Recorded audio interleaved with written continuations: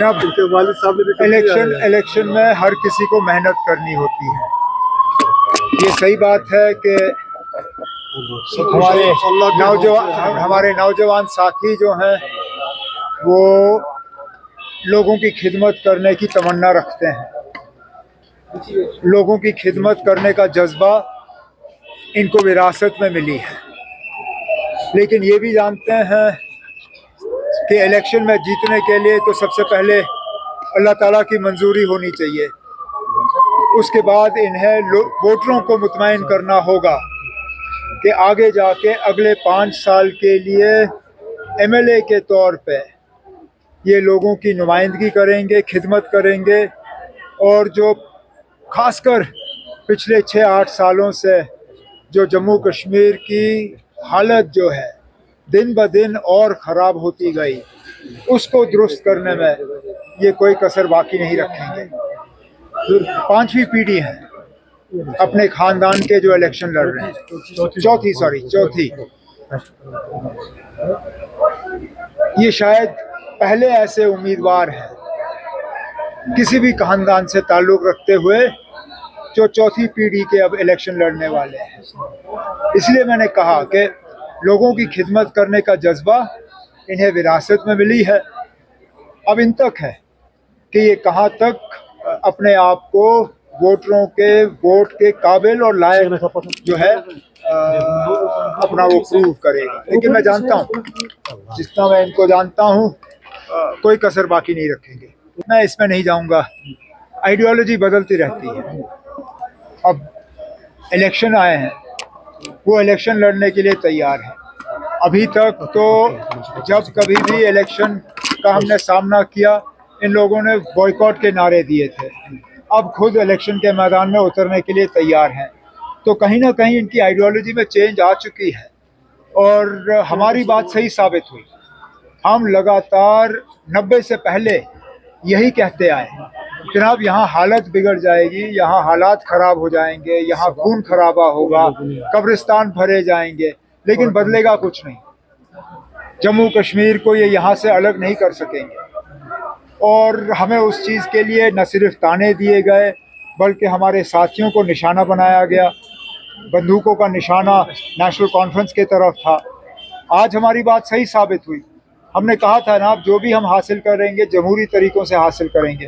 अच्छी बात है अगर ये लोग आएँ, जिस भी पार्टी में जाएं। मैं इसमें नहीं कहूँगा कि वो किस पार्टी में गए, क्यों गए।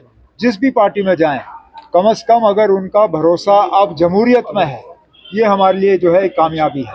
क्यों ना हमें इस झगड़े में उलझाने की कोशिश कर रहे हैं। आपकी ये कोशिश है कि कहीं ना कहीं मैं ये कहूँ कि पीडीपी और इन लोगों का उस वक्त भी जो है एक संबंध है। मैं ये आज कहने के लिए तैयार नहीं। पीडीपी ने उस वक्त इलेक्शन लड़े, आज फिर इलेक्शन लड़ रही है। अच्छी बात है, आप हुकूमत आने दीजिए। हमने पहले ही कहा है कि अंधाधुंध जो इन्होंने खोलने का काम किया है उस पर रोक लगनी चाहिए और इसको रिव्यू किया जाना चाहिए। और इससे आगे मैं फ़िलहाल कुछ नहीं कहूँगा। बीजेपी के साथ सत्यपाल मलिक साहब के करीबी ताल्लुकात थे, उन्होंने ही उनको यहाँ गवर्नर भेजा। और 2019 में जो हुआ वो सत्यपाल मलिक साहब के हाथों से ही हुआ। अब राम माधव साहब यहाँ क्यों आए, किस लिए आए, ये मैं नहीं कह सकता हूँ। ये जवाब तो बीजेपी ही दे सकती है। लेकिन इसमें कोई दो राय नहीं है कि अगर किसी एक पॉलिटिकल पार्टी के साथ राम माधव साहब के अच्छे ताल्लुकात हैं, वो पीडीपी है। क्योंकि राम माधव साहब ही जिम्मेदार थे उस वक्त पीडीपी और बीजेपी को एक प्लेटफॉर्म पे लाने की। अलायंस उन्होंने कराया, शायद इसलिए उनको दोबारा वापस लाया गया है। करेंगे अलायंस कराने की। पहले तो उन्हें सीटें मिले, फिर हम बात करें।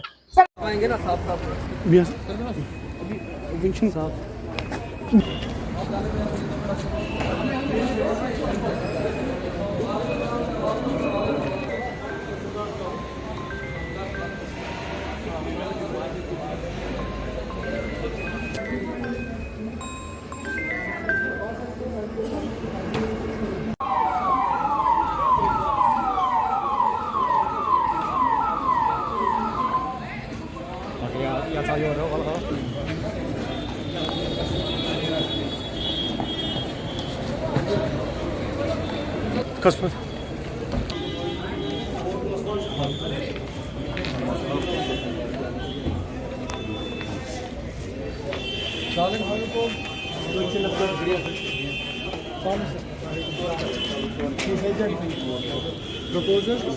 Ayağınıza kaçtım. उसको भी साथ लेना पड़ेगा। Bakar, ha Javed, ya çok acayip valla.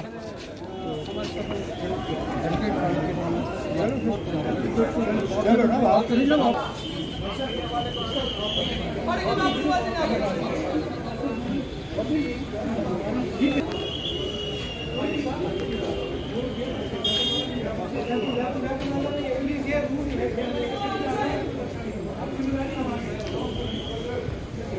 हाँ आपके पास वो दूसरी थी ना माइक ना वो रखी घर में जब ये वायरलेस आई जाओ वापस